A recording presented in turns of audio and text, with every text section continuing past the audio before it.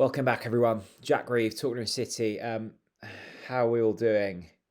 Norwich City fail to win once again at home, but it is the first home point of the season. Norwich City won, Oxford United won. Look, I think for the first time this season, and it may be hard to believe, lost for words. Completely and utterly lost for words at this side's complete lack of ability to just see games out. I knew that we were lacking quality. I knew that we were lacking an ability to find results in this division. But in this particular circumstance, I am completely and utterly lost for words. Look, this was by all accounts, for parts of it, a fairly okay performance. I'm not going to say good, but okay performance from Norwich City, where they huffed and they puffed and they created chances and they got themselves ahead through Jovan McCarmer, who I think has been one of the signings of the summer. That's not a particularly hard feat, but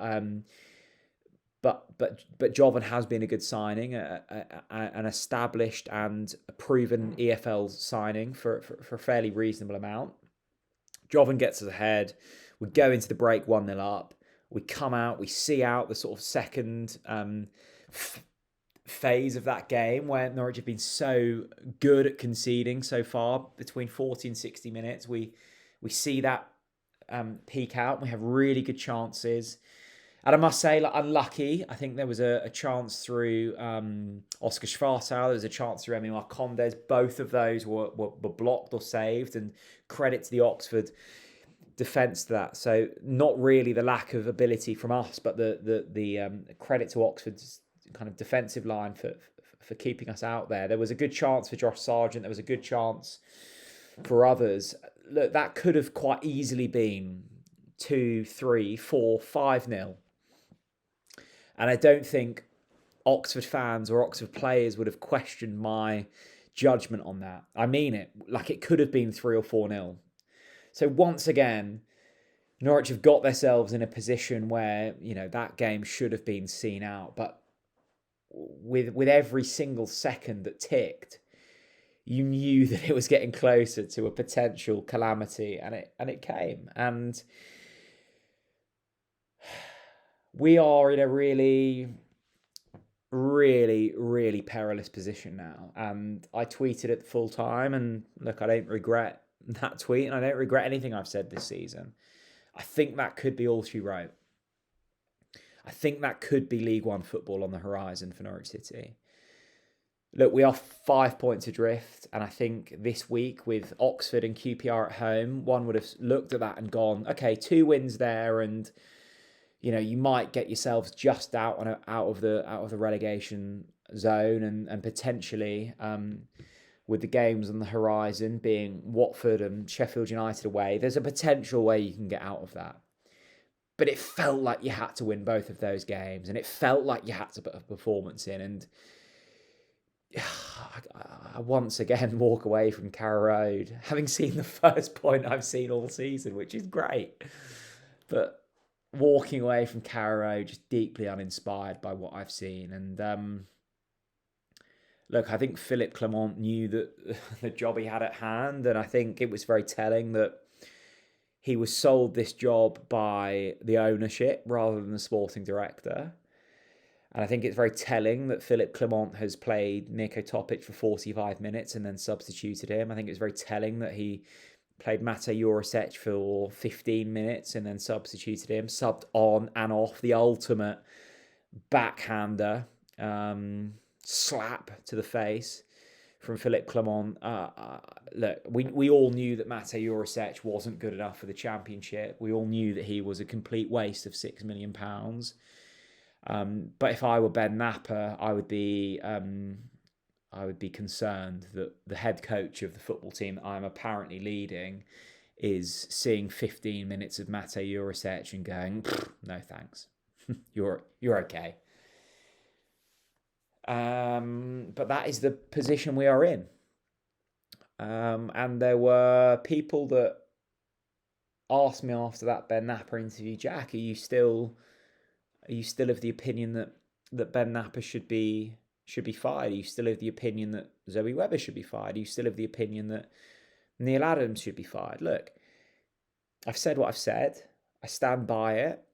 I am of the opinion that until change is made at board level, Norwich City won't make material progress. And I think we're seeing that. I like Philippe Clement. I like what he's about. I like what he's saying. I like his principles. I like his morals. He can only do what he can do with this squad. And I think, I still look at that side and I'm sickened by the fact that we've spent £70 million since the introduction of Mark Atanasio to Norwich City, and we're fielding Mate Jurisic and Niko Topic and others in that side. And I think it sickens me to the core because we've never been in the position as Norwich City fans where we've had resource, we've had money, we've had to kind of bootstrap it and find really talented players that are willing to dig in and grind. And what we've got now is a richly assembled squad who aren't cut out for the task at hand. The task at hand being we need to survive in the Championship, and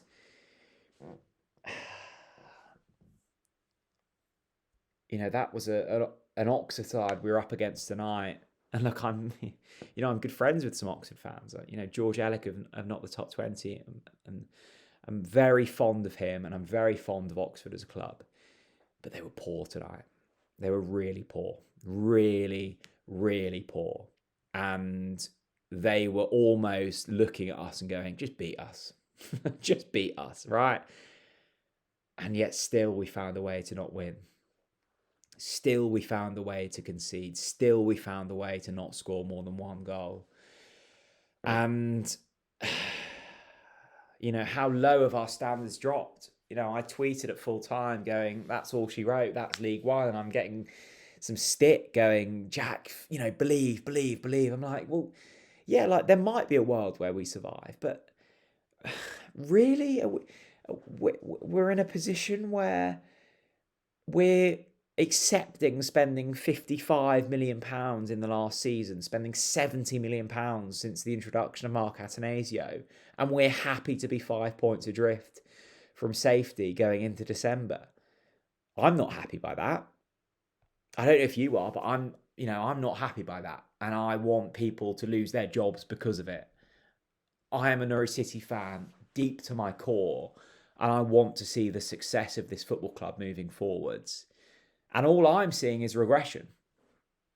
I don't know what you're seeing.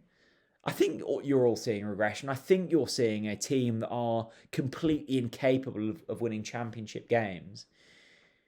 Look, Norwich might survive in the Championship this season. They might. At this stage, I don't think they will.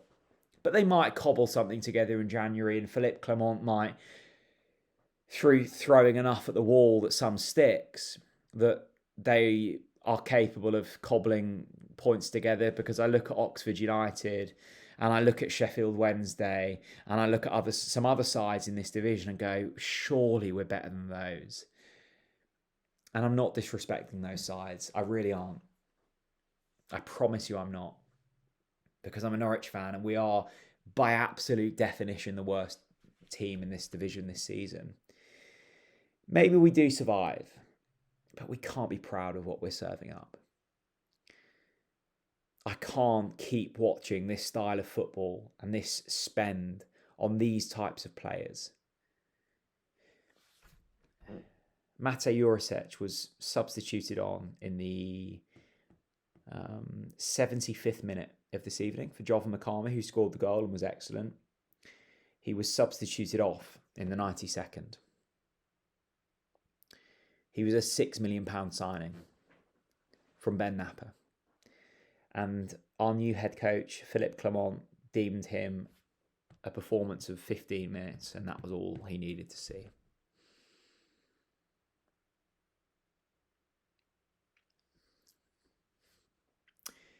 We're in a really perilous position, and that cannot be underestimated.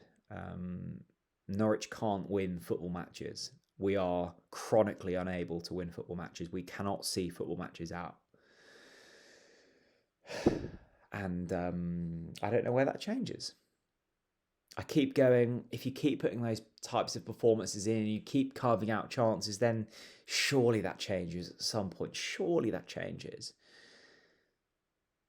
But when? When does it change? Who am I to come on here and go, well, you know, we've got every right to beat QPR at the weekend. Surely we beat them, we create chances, and we have Josh Sargent and Oscar Schwartau. So what? This team is miles off it. Miles off it. And on every single metric I see, we are League One bound. Thanks for watching. See you later. Bye-bye.